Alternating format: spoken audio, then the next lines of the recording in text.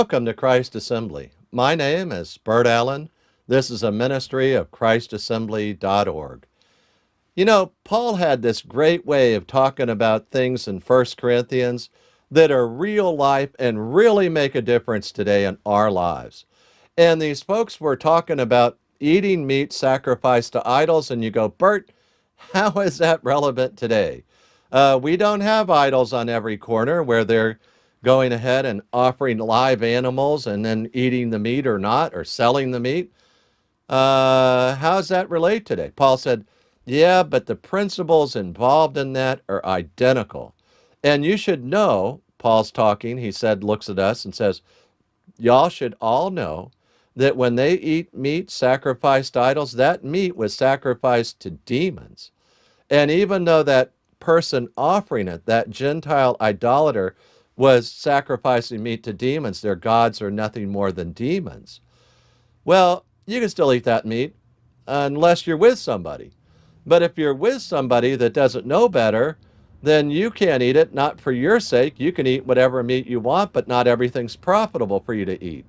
In other words, when you're sitting down to chow down with somebody else and you got that meat served to you, and they don't tell you it's from idols, eat all you want. But when they tell you that meat was sacrificed to idols and then sold to me, and I bought it and took it here and we're going to eat it together, you go, no, I'm not going to partake of that meat, not for my sake, but for your sake, on your conscience, because you think that idol is really something, but he's a demon. And you restrain your freedom and your liberty in Christ for the sake of other people. And then, as Paul closes out chapter 10, he comes up and states plainly, as revelation from God, some really big principles we ought to apply to our entire lives as we live for Jesus Christ. And let's read about those principles.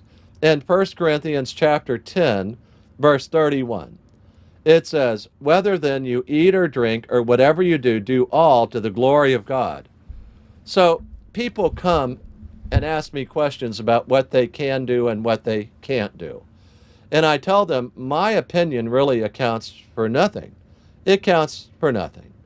But I like to go read passages in the Bible with folks and say, why don't we go read this passage and you come to your own conclusion? I want you to read the Word of God. It will answer your question about what to do.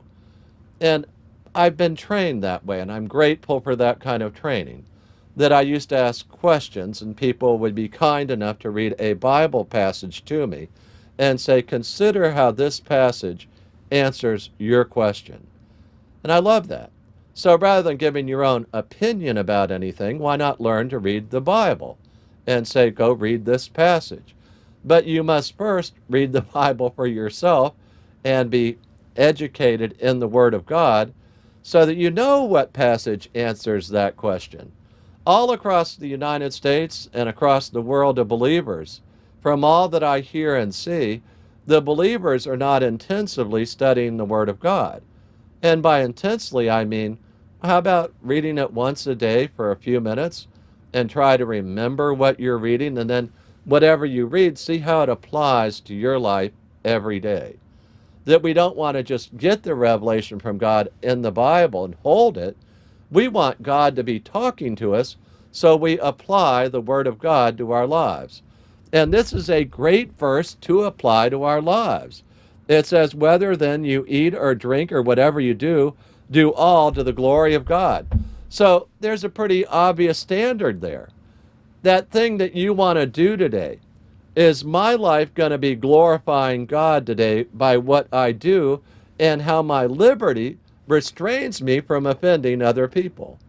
So I'm not just concerned about how my life goes today. I want God to use my life to bring other people to Christ and build up other believers. So I want all that I do, whether I'm eating or drinking, I want everything I do to be to the glory of God. Remember that sin can be defined as we're all sinners who fall short of the glory of God. That anything that causes us to fall short of the glory of God is sinful in our lives. And we're going to go on to the next verse. So now let's go look at verse 32. Give no offense either to Jews or to Greeks or to the church of God. So there are three groups there. He's talking about Jews over here who have the law of Moses preached to them every Saturday in the synagogue. We have the Gentiles over here who seek for wisdom and always want to know more. The Jews always want a sign from God. The Gentiles, they want more and more wisdom. They want it to all make sense according to the wisdom of this world. But remember, the wisdom of this world, according to James, is earthly, natural, and demonic. Oh, by the wisdom of this world, nobody came to know Christ. Nobody. The wisdom of this world will not produce the knowledge of God. The wisdom of this world, again, is earthly, natural, demonic. It leads you away from Christ. God did not choose the wise and intelligent according to the standards of the world. He took the people who are foolish and naive that he would shame those other people. Praise God for that. That's why you and I are in the kingdom of God if you have the faith, your faith in Jesus Christ today for salvation. That you've been born again by that faith, that God predestined you to adoption as sons and daughters in this case. But get the idea that, God's looking at us and saying, I want you to walk with me and for me every day. That I don't want you to give offense to the Jews, to the Greeks, or to the people in the church of God. Now, go back and think about this. Paul also said while he was at Corinth, he wasn't going to eat meat sacrificed to idols while he was with church people if they're offended by his eating it. But he is going to tell them, hey, I want you to know that the whole time I'm not eating this meat sacrificed to idols that y'all gave me is because of your weak conscience. So he also tells them it's a matter of your conscience being weak. But Paul said, here's the thing. If you're living your life every day on an individual level, where it's just you and God and you love that, you're missing the point. The point is, am I going to be okay with Greeks, Jews, and believers in the church of God? I've got to regulate my behavior by the power and love of God, by the ministry of the Holy Spirit in my life every day. I want God to keep me from being needlessly offensive to a lot of other people. Remember that Jesus offended the Pharisees with his words from God. His disciples said, didn't you get it? You offended those guys. And Jesus said, yes, but they're the blind leading the blind, and both of them will fall into the pit, so y'all don't worry about them in that sense. They're offended, but that's on them. There will be times as believers we give offense because we're saying what God said. But we also need to be careful we don't give needless offense. Let's go to the last verse. Verse 33. Just as I also please all men in all things, not seeking my own profit, but the profit of the many, so that they may be saved. As folks who want to live for Jesus Christ every day, I call them daily ministers for God. We're going to be careful not to give offense, but we're also going to be careful to be all things to all men. But remember what he said here. But you must be pleasing to God while you do that. So don't go to porn places just to talk to people. That's not going to be pleasing to God when you're inundated with pornography. You're not going to go and drink wildly and get drunk yourself to minister to the people at a bar. If you're not pleasing to God in your behavior, then you're not the person doing the right thing at that moment, reaching out to them. Or don't use drugs to talk to the drug addicts. Don't break God's plan for your life. Always be pleasing to God. So on the one hand, internally, I want to make sure my behavior glorifies God and is pleasing to God. And that's the groundwork. That's the foundation. And then on top of that, I want to reach out to Greeks. I want to reach out to Jews. And I want to reach out to other believers to build them up. But I want at all times my works and my life and my words and all that I do to be first and foremost pleasing to God and my life going to the glory of God. But then when it comes to how do I minister to those people, how do I share the gospel with those different groups, and the church group doesn't need the gospel because they've already been saved, but they should love to hear the gospel because it builds them up in Christ, but they need more than the gospel to grow up in Christ. They need the whole Bible. Remember, all of this is foolishness, what God revealed in the Bible, to all those people who've never been born again. So let me urge you that if you've never been born again, today's the day, turn to Jesus for salvation. But for all the people who are already born again, live to the glory of God. Keep in mind you need to please other people. And then remember, first and foremost, live a life pleasing to God, but become all things to all people within those parameters so that you can see people saved. Don't give needless offense with what you do every day. Let's pray. Father, we thank you for the strength and encouragement your word provides to us, how you have revealed it, that it would build us up in you and cause us to love you more. We pray in the name of Jesus, thanking him for all that he does for us all day, every day. In his name we pray, Lord. Amen. Hallelujah. May we love Jesus more. Before I close the video, I'd like to share with you 4 verses about eternal life. I often ask people this simple question: why should Jesus let you into heaven? And the answer to that question surprises many people because it comes from the Bible and it's simple and it's clear. Most folks, when they hear that question, they tell me, well, I've been good, or tried to do more good than bad, or I tried hard, or I've done a lot of nice things, and I hope God will let me into heaven. They somehow think if their good works outweigh their bad works, that God will let them in. But God says, actually, I'll let people into heaven because of a free gift. But the story from Jesus starts with 4 verses, and I'm going to read them one at a time. Romans 3:23 says, "For all have sinned and fall short of the glory of God." Romans 3:23. You see, for every person who lives today on earth in human flesh, we've all sinned. Every one of us. We've all told a lie.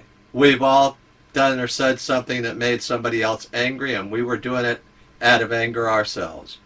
We've all done things to hurt other people at one time or another. God says that's all sin, and I look upon that as falling short of my glory, God says.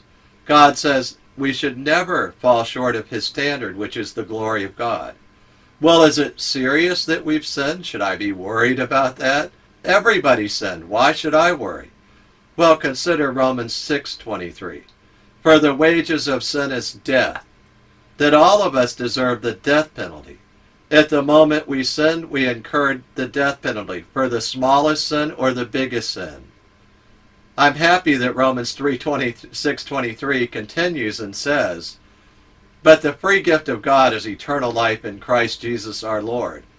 You see, if you've been listening carefully and thinking about what the Bible says, so far we've learned that we're all sinners, we all fall short of the glory of God, and we all deserve the death penalty. This doesn't sound like good news until you read the last part of that last verse. It says that God has a free gift for all of us. It's in Christ Jesus our Lord, and it's eternal life. The free gift of eternal life that only Jesus Christ can give you. He said he's the way, the truth, and the life. No one comes to the Father but through him. Why would God offer us this great gift if we're all sinners? Well, Romans 5:8 tells us. It says, "But God demonstrates his own love toward us, in that while we were yet sinners, Christ died for us." He died for us. He died in our place. God loves sinners like you and like me. He died in my place and in your place. He paid the death penalty for me. I often illustrate the free gift like this.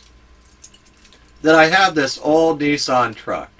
It has 285,000 miles on it. It's not that great a truck. It sits at the beach every day. But I illustrate the point this way. I hold up the keys to my truck and I say, I'm going to make you a symbolic gift of my truck. But until you take the keys out of my hand, it's not your truck yet. Well, let me tell you what I mean. A lot of people have been going to church for years. They know all about Jesus. They can quote verses about Jesus. but they know in their heart that they're not quite right with God. And there's never been a day in their life where they've been born again and they know it. You see, they're just staring at the keys in God's hand, and He's offering you the free gift today of saying, reach out by faith and receive that free gift and take it into your heart today. Receive the free gift. Okay, how do we do that? Well, Romans 10:9 tells us how to do that. It says that if you confess with your mouth Jesus is Lord and believe in your heart that God raised him from the dead, you will be saved. And he means saved from the death penalty, eternal destruction. So we can receive that free gift right now by faith, and we can pray a prayer together. I urge you to pray with me. I'm going to pray it right now. Lord Jesus, I thank you that you love me. I confess that I am a sinner and I fall short of the glory of God. I confess too that I deserve the wages of sin, which is death. But Lord, you offer me the free gift of eternal life in Christ Jesus our Lord. I accept that free gift right now. I believe that you love me and that God died on the cross for me, that Jesus Christ is God, and he died on the cross for me. You paid the death penalty for me, Lord Jesus. Thank you so much. I confess with my mouth Jesus is Lord, and I believe in my heart that God raised him from the dead. I repent of my sins, and I accept that free gift, Lord. Thank you so much that you have forgiven me. In your name I pray. Amen. Now, if you prayed that prayer with me, I'd love you to send me an email and we'll rejoice together. Send me the email at friend@christassembly.org. That's friend@christassembly.org. I look forward to hearing from you. Hallelujah.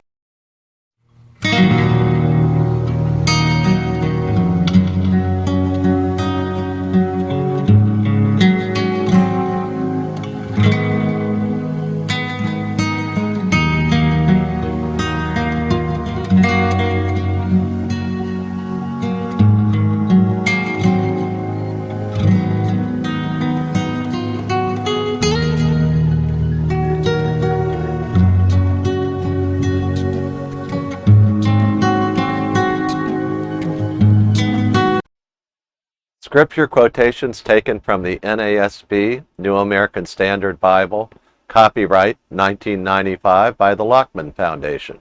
Used by permission, all rights reserved.